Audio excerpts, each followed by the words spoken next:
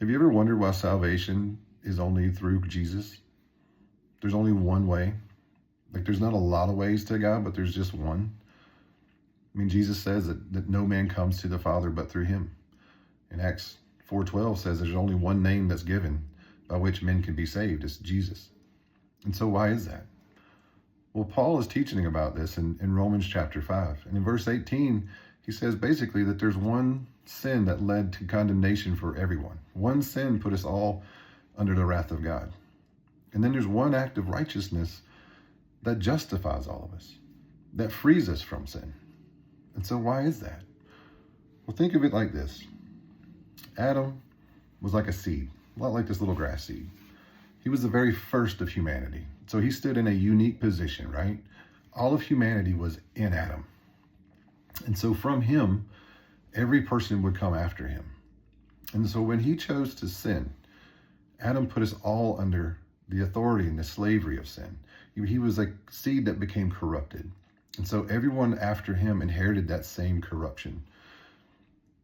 And so there had to be a way for us to be saved that was not in Adam. There had to be another seed, a seed that wasn't corrupted. And so God promised a Messiah.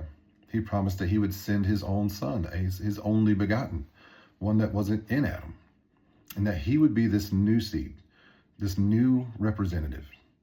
And through him, we would have the opportunity to be redeemed, to be born again into a new humanity, into a new nature.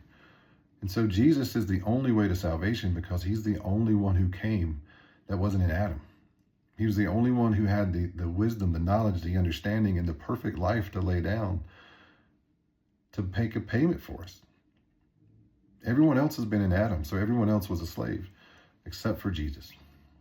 And so Jesus is this new seed, this uncorruptible seed. And so we're all born in Adam. So how do we get in Christ? How do we move from Adam to Christ? Well, we do it by faith. He says, when you believe in me, right, that we'll be born again. He was teaching Nicodemus about this. A person has to be born again. And so when we put our faith in Jesus, we move from in Adam to in Christ. And he gives to us his spirit. We're new creations. We're born again. And we get a new nature, an uncorruptible nature. And that nature then begins to grow in us. And right now we see this war between the two. But ultimately, one day when Christ returns, that old Adam nature dies and is gone forever. And this new nature, this new spirit in us grows and becomes more and more like Jesus. And that day we finally get to see him. We're made new completely.